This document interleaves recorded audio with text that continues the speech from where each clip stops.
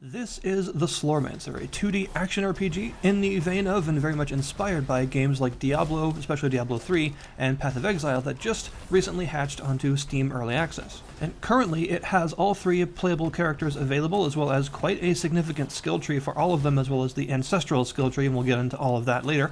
And it also has the entire first act available, which is the first dungeon, which may not sound like a lot, because in games like this, a dungeon tends to be something that you complete in an hour or so.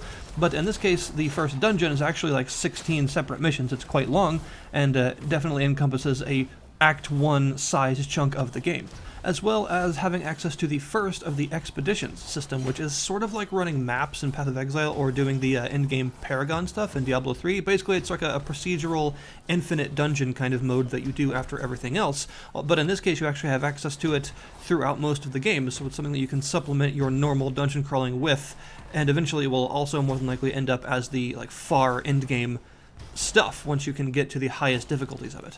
As you can probably guess by the name of the game, it takes place in a kind of a silly dark fantasy parody world without being too much of a parody to where it starts to grate. The writing is actually pretty good. In my opinion, it's genuinely funny, and it doesn't feel like it's trying too hard to be funny and self-referential, and does a pretty good job of just being humorous without really stretching out the jokes for too long and things of that nature. I mean, the main villain, the actual Slormancer himself, his name is a God, so I think that should tell you pretty much everything you need to know about the style of humor of the game. It's, of course, very subjective, but I like it. I think it's pretty funny. Now, the gameplay is going to be very familiar to you if you've ever played an ARPG before, especially like Diablo or Path of Exile, because it is most similar to those more modern interpretations of the genre.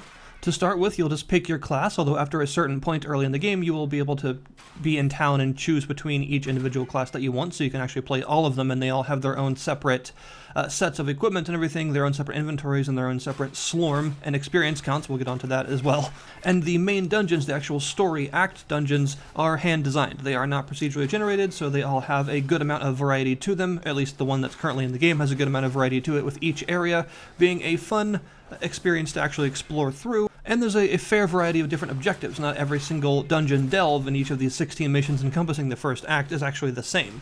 Some of which you'll have to kill as many of the enemies as you can until a portal appears, some of which you'll have to close these things called breaches, sometimes you'll have to just destroy destructible objects like pots and headstones, and other times you may have to survive a wave-based kind of defense thing with increasingly difficult waves. Where most of the variety and build variety especially comes into the game is in these skills, all the various active abilities that each character gets, because there's quite a lot here. This is where most of the complexity of the game lies, really. Every class has 8 different skills that they will get through leveling that class up. You can equip 2 of them at any given time, one to your left and one to your right mouse button. And you can also choose to click to move if you want. It's by default WASD to move, but if you want to do like the more classic ARPG click to move, that's an option. You will also have a support skill. Each class has 3 technically, but you can only choose one at a time because they are related to the subclasses, sort of like specializations. Each class has 3 different specs that they can choose, and among other things, your chosen spec will determine which of the 3 support skills you get. Now, there's also a pretty interesting system that's a bit like the skill runes from Diablo 3 or the support gem system from Path of Exile, something kind of in between those two things, in that every skill has its own skill tree, and as you use that skill, it will level up, separate from your actual character level, and the more it levels up, the more of these skill trees will be unlocked, and this is one of the main uses for Slorm. So every time you kill enemies, you will get some Slorm. This is a mysterious resource that seems to be kind of like souls, basically, and you spend it on improving your abilities. You'll see in the background that each different skill has several different tiers of passive upgrades that it can receive over time as you level it up, and each tier can only have one selected at a time, although you can choose at any time to change it. So you have to only pick one per tier, but you can switch it out whenever you want. And a lot of these are actually pretty creative because they vary from simple damage increases to more complicated stuff like changing the school that it applies to, which can alter other abilities and how it sort of synergizes with various other skills you may choose. Or even more complicated stuff like altering its damage type, causing it to echo, causing it to instead summon a copy of yourself that casts the spell or uses the ability repeatedly on its own instead of you doing it yourself. There's actually a whole lot of variety in this skill progression, and it's my favorite part of the game personally because I'm a fan of being able to alter or otherwise level up and change your main skills so that later on in the game, you don't really feel like the same character that you started, because all the things that you've learned have been altered in such a way as to make them more and more powerful. There are also ancestral skills. These are things that all characters get. They're not related to your class, and instead you will obtain these things called ancestral stones from completing the acts, so you can only get 2 of them right now, one from discovering the system and one for completing the first act. And there's this huge skill tree, like sphere grid kind of looking thing that has a whole bunch of these various nodes on it, and you place these ancestral stones into the nodes. The stones themselves don't do anything on their own, but every one you place will unlock that circle, that node that it's on, and allow you to invest Slorm into the various ancestral abilities on this tree to use them. Some of them are passive, some of them are active, and that's what the 1 through 4 on your skill bar down there, the numerical keys, are actually for casting. Those are for casting your ancestral skills. And there are a whole bunch of these currently available. Even though you can only get 2 of the stones, there's still quite a lot, and you can see just by looking through the tree yourself how much more stuff you're eventually going to be able to get to. There's a ton of stuff in this tree, and they are meant to supplement your other things. Since these are not related to your class, you know, they're skills and abilities and passives that everyone can get. This means that you can sort of fine-tune your build, synergize them with your actual class skills, and create something more unique by choosing the various ancestral passives and actives on this tree to supplement your character otherwise. Another important aspect of any ARPG is the itemization, all the loot that you'll be acquiring, and this game does something a little bit different in that regard with the weapons. But first of all the other gear that you'll get is pretty standard for action RPG tropes, how it generally works. You know, you have your various colored rarities that you'll be getting more and more rare versions of as you increase the difficulty and get to higher level content, and the legendary level gear is promised to have some pretty unique passives that are attached to it, but even as it stands right now, a lot of the higher rarity stuff like your blues, your rares, and above have some kind of unique and interesting things tied to them. And this is also all tied into the item upgrade system, where you can eventually unlock and pay a blacksmith to alter various aspects of your gear, from reforging different passives on it to increasing its level and some other things that allow you to heavily customize the gear that you found. So once you find something that you really like, you can invest a lot into it to actually make it even better for your character, which means if you find some like very good legendary stuff or something like that later on in the game, chances are you'll be able to keep it for as long as you want by continuously upgrading it rather than replacing it with something new, unless you happen to find something new that just completely blows it out of the water. But where this game differs from the traditional ARPG fare is in the weapons. They're called Slorm Reapers in this case, and it's because of them that you're actually able to get Slorm from enemies that you kill to upgrade your skills. That's the whole lore of the idea. And instead of just dropping as weapons in normal loot, they instead are only obtained very occasionally from closing breaches, which are these portals that will spawn a wave of enemies when you walk into them that you have to clear in order to close the breach. And the best way to find breaches is to do the infinite dungeon content of expeditions, because that's where most of the breaches are. So numerically, you're just more likely to get a new Reaper from them.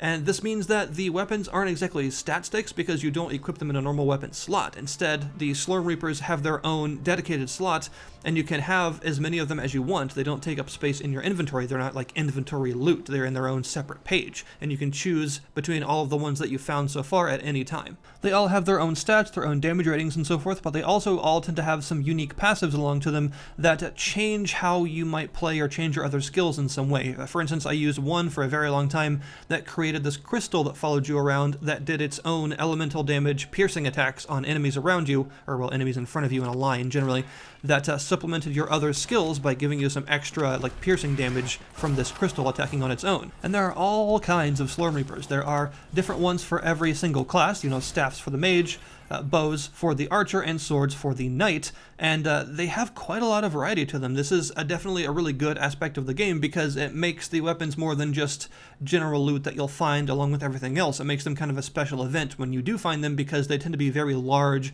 game-changing alterations to how you attack or to how some of your skills work or to how your damage is applied or something like that, because they have a lot of different passive effects applied to them that can completely change how you play depending on which one you choose.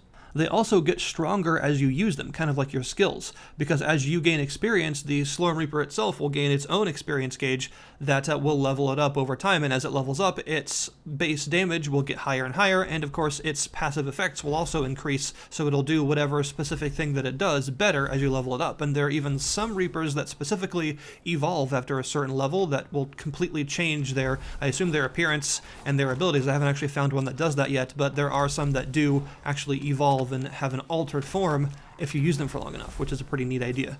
So far, with the content that's available, I think it's a really solid action RPG. It does definitely remind me of Path of Exile and a little bit of Diablo, and those are both games, especially Path of Exile, that I enjoy way too much, so I'm always happy when a game reminds me of something like that.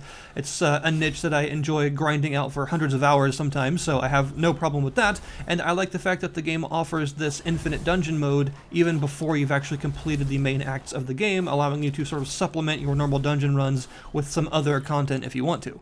I really like the Slorm Reaper concept because it makes your character sort of an ever-evolving beast, because you'll be finding these various different weapons, and it's always exciting when you find a weapon instead of just finding like a white or a green weapon and not really caring because it's guaranteed to be worse than what you have. Every weapon is different, so every time you find one, it's exciting. And I also really enjoy the skill progression system. I like the idea of changing your skills as you level them up and having all these various different skill trees inside each one, something that the last Epic is also doing pretty well, allowing for a lot more build variety and a lot more interesting stuff as you progress through the game, because you'll be continuously finding new strategies or new refinements to the strategy that you do want to use based on being able to improve your skills over time. As for suggestions or things I like to see, something that I like to end out early access videos with, because hey, that's part of the point of early access, right? One is the idea that the camera, in my opinion, feels like it's zoomed in a little bit too close. And this might not bother some people, but I like to have my camera zoomed out a little bit more to have a little bit more situational awareness, especially for enemies that have projectile attacks when you're playing a squishy character. It's nice to be able to see a little bit farther out. So I would like the option to zoom out, just scroll your mouse wheel or whatever to zoom in and out the camera so that you can change your viewpoint just a little bit. Obviously it's 2D, so you're not going to be able to rotate or anything like that, and that's fine, but I would like to have at least a little bit of control over the zoom of the camera.